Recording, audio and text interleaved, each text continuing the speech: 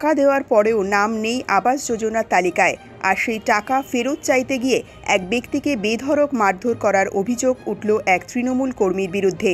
শনিবার সন্ধে নাগাদ ঘটনাটিকে কেন্দ্র করে ব্যাপক চাঞ্চল্যের সৃষ্টি হয় রঘুনাথগঞ্জের মিঠিপুরে। ওই ব্যক্তিকে মেরে মাথা ফাটিয়ে দেওয়ার অভিযোগ উঠেছে। স্থানীয় লোকজন তাকে উদ্ধার করে জঙ্গিপুর মহকুমা হাসপাতালে ভর্তি করায়। আক্রান্তের নাম কালু শেখ। তার বাড়ি রঘুনাথগঞ্জ ২ নম্বর ব্লকের মিঠিপুর গ্রাম পঞ্চায়েতের মুকুন্দপুরে। অভিযুক্তের বিরুদ্ধে থানায় লিখিত অভিযোগ দায়ের করবেন বলে জানিয়েছেন আক্রান্ত যুবকের পরিবারের লোকজন।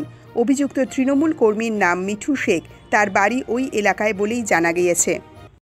আমাদের ওই সার্ভে করার সময় টাকা নিয়েছিল, টাকাটা নেওয়ার পরে যে সার্ভে করার পরে দেখা যাচ্ছে নাম নেই লিস্টে, নাম লিস্টে নাই, টাকাটা চাইতে যে এইভাবে ওকে সাইডে নিয়ে যে মারধর করেছে।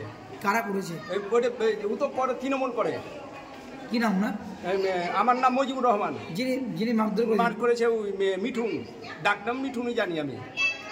বাড়ি করতে বলে আপনাদের টাকা নিয়েছিল? হ্যাঁ, সার্ভে করার সময় নিয়েছিল। কত টাকা নিয়েছিল? ২০০০ টাকা।